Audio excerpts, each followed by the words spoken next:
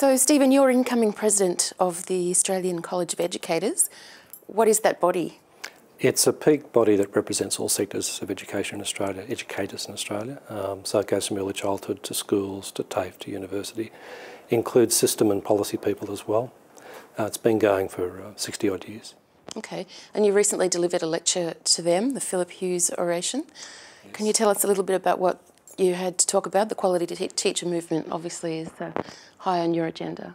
Yes, I was talking about the developments since 2007, the national developments involving the states, which included national testing and national curriculum, national standards for teachers, national accreditation of teacher education courses, and a whole lot of initiatives around the professional development of teachers. And basically what I'm saying is that all those agreements are in danger of being pulled apart because of a variety of factors. And one of those is the fact that unfortunately education is largely funded by the Commonwealth through the tax system, but it's a state and territory responsibility. So we've got a situation at the moment where people who've been sort of agreeing to be part of various programs are sort of pulling back and going their own way.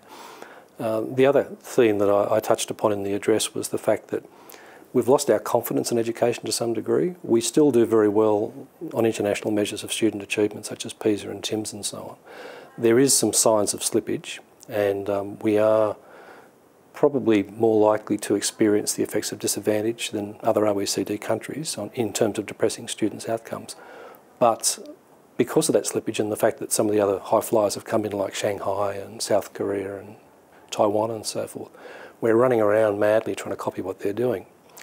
Whereas what we should be doing is building upon the strengths we've got and really investing in education in a very sensitive way to increase what we're already doing very, very well. I would imagine the education context in places like China is quite different, and some of those strategies wouldn't be quite applicable in the Australian context. That's true, and in fact when we look at the Asian countries, the top 5, they're all city-states. They're not countries at all. So in China we don't have data for the whole country, we have it for Shanghai, Macau, Hong Kong and so forth. So in some ways the comparisons are not accurate, because if we just took Australia and said, well, we're just going to base all our judgments on what happens in Canberra, in the ACT, it would be a different story. We'd be leaving out the rural, remote, all those sorts of things. But the other part of it too is that if we look at what they're emphasising in those countries, they have placed a high degree on the importance of education, which is great. However, the way they're doing it is through the cramming, testing, intensive regime. So a 15-year-old in Shanghai, for example, would be spending 75 hours a week on schoolwork. That's madness. It is, and the interesting thing from that is that there's been some international measures that actually show that that sort of emphasis works against innovation and creativity. So it's all driven by the scores that you're going to get at the end of the process. It is. Now, those international comparisons can be instructive, but we need to look more broadly. For example, at the social and personal development of our students in schools. We need to look at the curriculum more broadly than just what those things are testing. Now, it is a bit of a wake-up call. We have to be on our guard and we have to continue to improve and invest. But the blind panic is of concern. I think the other part of it is that as part of this sort of losing confidence, we've got all the business world, governments, economists weighing in with their solutions to the problem of education, when in fact we do well. So it's quite a political minefield, isn't it? Teachers get a rap, and it's easy for people to point the finger at teachers and blame the teachers, whereas there are all sorts of other complex issues at play. Yes, we know that the teacher's the biggest in-school influence on student achievement, but that's been twisted to mean when students don't learn, it's the teacher's fault. Yeah. Now, the teacher is the pointy end of the whole exercise, but we need to look at what is supporting those people. You know, their training, their professional development, the resources that are put into developing teaching aids and all of those sorts of things. So, yeah, the argument has been sort of derailed a little bit, and some of the solutions are half-baked. They have been shown to fail elsewhere. For example, bonuses for the best teachers. Now, when you start to unpack how that's going to work, it's quite complex. Sacking the bottom 5% of teachers has been mentioned. Now, how do you identify those people? How do you assess them? What happens to those ones you dismiss? How long do they stay, appealing, for example, going through tribunals and all those sorts of things? And then the big question is, who do you replace them with? Who do you replace them with? Where do you get those people from? So some of the other half-baked solutions include, well, let's take people from the corporate sector and make them school principals. Now, my judgment would be that education's going at least as equally as well as the corporate sector, and in some cases a lot better Certainly better than government's So, political well, ratings. We need educational leaders who are experts on teaching and learning. That's their central business. Not people who can run a real estate agency or, sell products or run a fleet of trucks or something or other. So my central thesis basically in that address was we've really got to get the whole enterprise back on track. We've got to stop this interstate national rivalry that's going on. We're too small a country. We have about the same population as Florida. And yet we've got 8, 9 bodies developing all sorts of things, and some of the smaller states, it's very, very expensive for them. I was actually hoping with the national developments that had occurred in 2007 that we would get the best brains in Australia on the same page, working together to develop resources and engage in things like teachers' professional learning and all of those sorts of things. But instead, we've still got the wasteful duplication, the mistrust, the jealousies that go on. The rail gauge mentality is alive and well in education, unfortunately. And in recent times, there are real signs that we're sort of pulling back from some of these national initiatives, which will be a great shame. In a dream world, would federalising education be your desire? Probably yes, because if you look at New Zealand, for example, they haven't got a level of provincial government that we've got. We really do suffer from this business of the Commonwealth funding and the states implementing.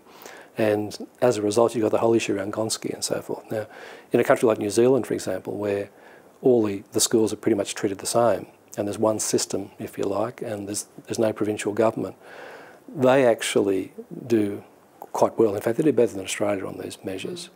And certainly the quality of their research and so forth is very, very high. They punch well above their weight. So I sort of hesitate to centralise everything, but I think in this particular case it would make a lot of sense. Yeah. What are your projections for the Gonski being implemented? Well, the trouble with the Gonski review is that we're proceeding from something which is flawed. And with any review of funding, there's always a promise that has to be made. The politicians have to make a promise.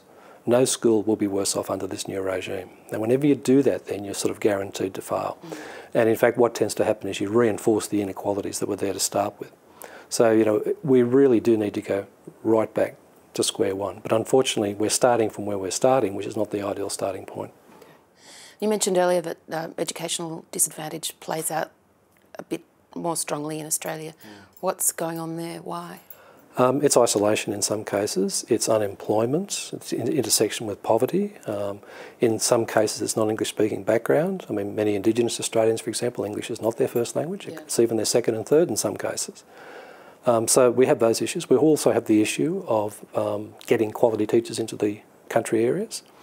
And one of the other things that I talked about in the address was the need to really look at entry standards for teaching, because they have been allowed to slip too low. They're quite variable, the gap is getting wider, and it's not appropriate to take in people with very, very low ATAR scores and turn them into teachers and then send them straight back to where they came from. It reinforces cycles of disadvantage. We need to get the best people into teaching, and at the moment we are training too many teachers. There are surpluses in areas like primary, for example. We could use the savings from training those people to target the areas of shortage in secondary teaching, like maths and science and technology and languages and so forth. But also, if we restricted the number of primary teachers we were training, for example, it would drive the standard up. At the moment, unfortunately, teacher education, I'm talking undergraduate teacher education, we've got a graduate program here which is different, but in undergraduate education in most universities it's the biggest single professional preparation program. It's a very important source of income for those universities. And what they tend to do up to now is they've been shifting load to education when they don't fill places in other courses, because there's a strong demand always. Just to balance the books. Yeah, to balance the books. And what happens, of course, is that drives the standards down, it leads to an oversupply, and in some ways it's unconscionable to promise people a career they're not going to get. So we've got waiting lists around Australia. New South Wales has got something like 40,000 teachers on their waiting list for employment. So and what would they be doing? Just working in they'd be doing retail? Other things. Now, there is one argument that you'll hear that, well, they've got a degree and that's good for them and good for the country and everything else, but it's also a great waste of resources, both financial and personal. So we really do need to look at entry standards and we need to raise those. But the other thing is, more generally, I think the days of taking people straight from school and turning them into teachers are gone. We really need to move to a graduate model, which is what we've done at Melbourne. Yeah, and as I understand it, the what do they call the GPA, the grade point average of our incoming master's students is quite high. It's been rising steadily. As the programs become better known and better accepted, our first preferences have gone up substantially, our GPA has gone up, and in fact this year it's the highest it's been in our 3 programs, early childhood, primary and secondary. It's round about distinction average or higher. And we get about, it's terrific. But then the disparity is there because we're also seeing now some TAFE colleges entering teacher education, and we're also seeing some universities accepting people with ATAR scores from school of low 40s. So the danger there is we're going to end up with a system that's much more widely variable in standard than we were used to in the past. In the past, overseas countries looked to Australia because uniformly the standard of teacher education was high, as it is with nursing, or as it was with nursing, it probably still is. But they were confident in hiring Australian graduates. But where we see this widening disparity now of the entry standards, that's not going to be the case. So we have a credibility issue, I think, around quality.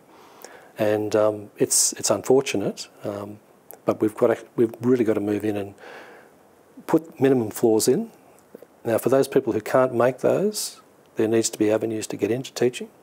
Where people are disadvantaged and so forth, we need to, assist those people to become teachers if they want to. But we can't go down the slippery slope of lower and lower entry standards.